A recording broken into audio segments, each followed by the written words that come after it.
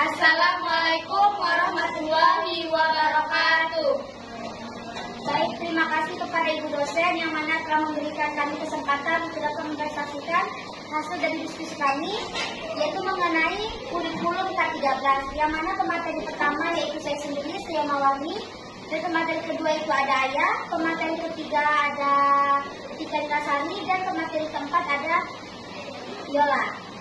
Baik, yang pertama di sini saya akan membahas apa itu kurikulum K13.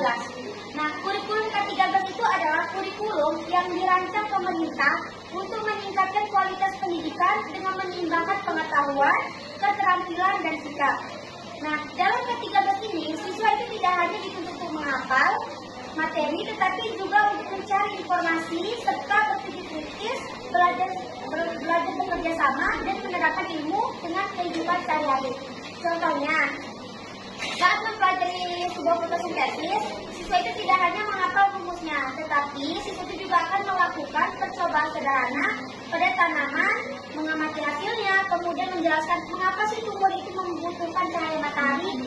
Nah, jadi seperti contoh dari K13. Nah, pada kurikulum K13 ini dia memiliki beberapa karakteristik kurikulum K13, diantaranya yang pertama berbasis kompetensi dan karakter. Nah, yang artinya K13 ini menilai 3 hal, yaitu ada pengetahuan, keterampilan, dan sikap. Nah, pengetahuan yang mana di sini siswa itu harus mengetahui contohnya pada sel bawang, siswa itu harus mengetahui bagian-bagian dari sel bawang. Lalu keterampilannya mereka harus mampu menggunakan mikroskop itu sendiri, dan yang ketiga itu sikapnya, yaitu bekerja sama dan menjaga alat laboratorium. Yang kedua itu menggunakan pendekatan ilmiah saintifik. Nah, itu terdiri dari beberapa. Yang pertama itu mengamati, menanya, mencoba, menawar, dan mengomunikasikan. Contohnya pada perkecambahan kacang hijau. Nah, pada mengamati itu siswa itu harus mengamati pertumbuhan kacang. Lalu ketika mereka sudah mengamati, mereka akan bertanya, mengapa sih ada kacang yang lebih tumbuh lebih cepat, ada yang lambat. Nah, setelah itu mereka akan melakukan percobaan. Pertama mereka akan melakukannya di bawah sinar matahari, ada juga di tempat gelap. Lalu mereka akan menentukan dari hasil yang mereka dapat.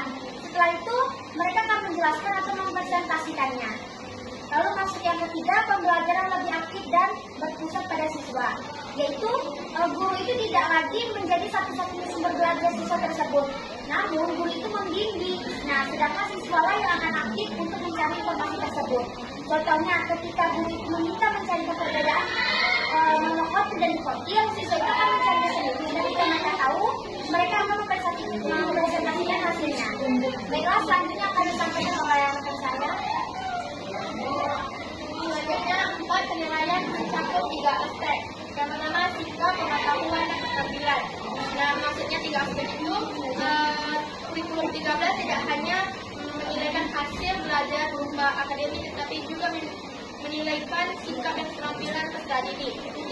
Dengan demikian, mahasiswa dapat dinilai secara menyeluruh, baik aspek perilaku, pemahaman materi maupun kemampuan praktik. Yang kelima, menginteraksikan pendidikan karakter dalam semua mata pelajaran. Nah, maksudnya pendidikan karakter menjadi bagian penting dalam setiap proses pembelajaran. Nilai-nilai seperti kejujuran, disiplin, tanggung jawab, kerjasama, dan kepedulian ditanam melalui berbagai mata pembelajaran sehingga membentuk kepribadian siswa yang baik. Yang ke-6, menggunakan tematik terpadu terutama pada SD. Nah, maksudnya pembelajaran tematik terpadu menggabungkan beberapa mata pembelajaran di dalam suatu tema yang sama. Cara ini membantu siswa memahami hubungan antara materi, membuat pembelajaran lebih bermakna, serta memudah siswa dalam mengamati pembelajaran dalam kehidupan sehari-hari. Nah, selanjutnya yaitu kelebihan kurikulum 2013 atau K13. Yang pertama, mengembangkan karakter dan soft skill siswa.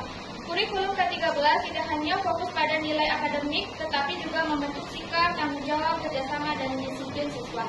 Nah, yang kedua, siswa lebih aktif, kreatif, dan kritis. Dalam K13 ini, siswa itu didorong untuk bertanya, berdiskusi, dan mencari solusi sendiri, bukan hanya mendengarkan gurunya. Yang ketiga, pembelajaran lebih bermakna dan kontekstual. Materi pembelajaran dihubungkan dengan kehidupan sehari-hari, sehingga lebih mudah dipahami siswa. Yang keempat, menilai siswa secara menyeluruh, tidak hanya saat nilai ujian saja.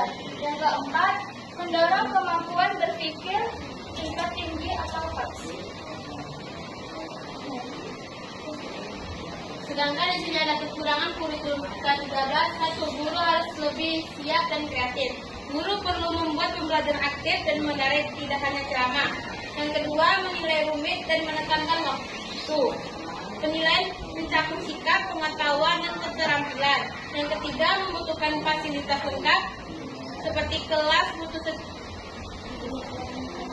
K13 butuh sarana seperti laboratorium dan media belajar. Sedangkan yang keempat, siswa pasti kesulitan beradaptasi. Siswa harus aktif bertanya dan berdiskusi. Sedangkan yang terakhir, implementasi tidak merata.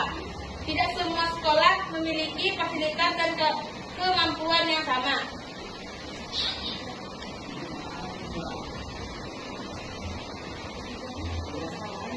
Baiklah, cukup sekian presentasi dari kami. Kurang dan lebihnya kami mohon maaf. Kami akhiri dengan wabillahi taufiq wal hidayah. Wassalamualaikum warahmatullahi wabarakatuh.